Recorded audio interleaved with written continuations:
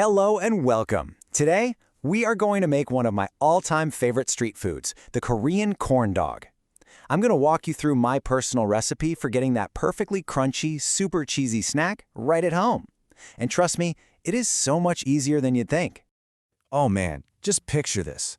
You take that first bite and you hear this incredible, loud crunch. It's so satisfying. And then, right after that, you get that amazing, stringy cheese pull that seems to go on forever. It's an entire experience. And today, we're going to build it from scratch. So, here's the game plan. We'll talk about what makes this recipe so special, then we'll nail the perfect batter and get our fillings ready. After that, it's all about assembling them, trying out some awesome coatings, frying them up perfectly, and then, of course, getting them ready for that first amazing bite. All right, let's get into it.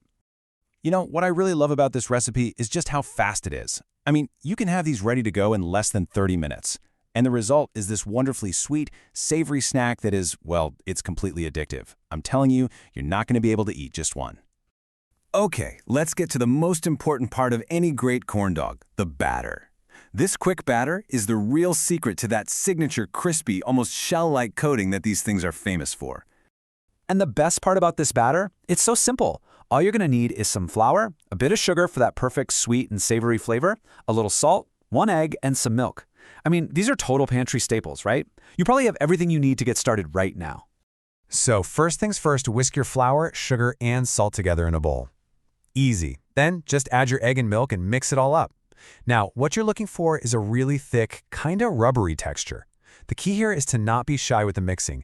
Seriously, the more you work it, the stronger and thicker it gets, which is exactly what we need so it clings perfectly to our skewers.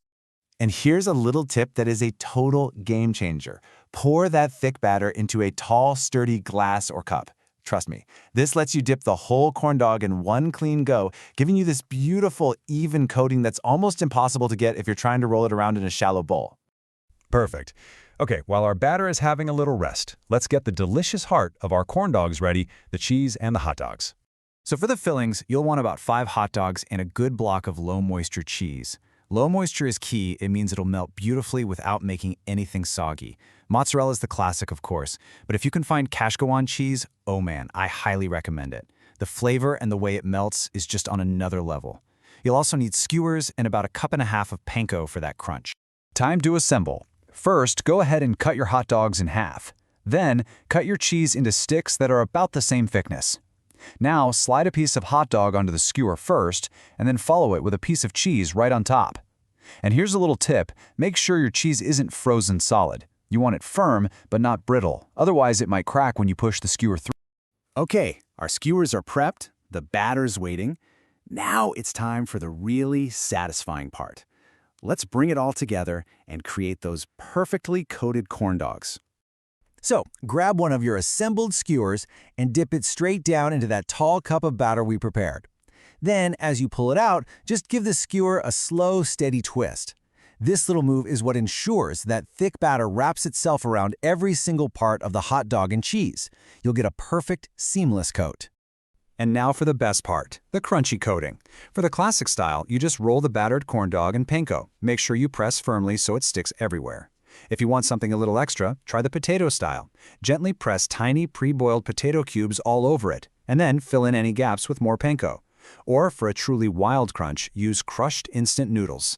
Each one gives you a totally different and amazing texture.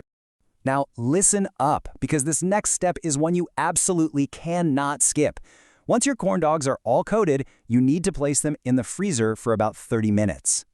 This little chill is so important. It helps the batter and the coating set up completely, which makes sure nothing falls apart when you fry them. It also gives you an even crispier finish, so please, don't skip it. All right, our corn dogs are nice and chilled and they are ready for their final transformation.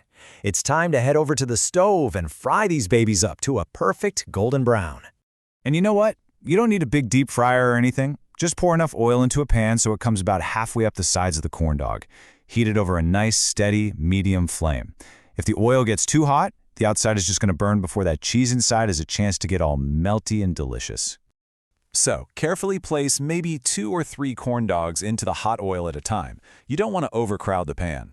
Let them fry for just about 10 seconds to set, and then start turning them. The real key here is continuous, gentle flipping. That's what gives you that perfect, even, golden color all over. And keep a close eye on them. If you see even a tiny bit of cheese start to ooze out, pull it from the oil right away.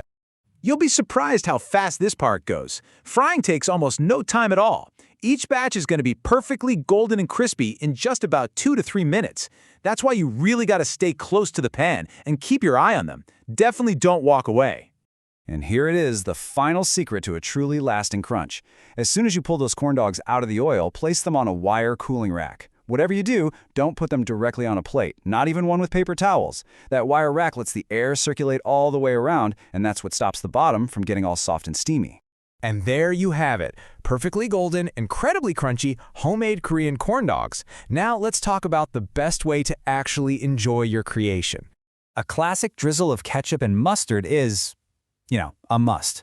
And remember, for that mind-blowing cheese pull, you have to eat them while they are piping hot. Here's a fun little pro move. Cut the very top off to enjoy that pure, melty cheese part first, before you even get down to the hot dog.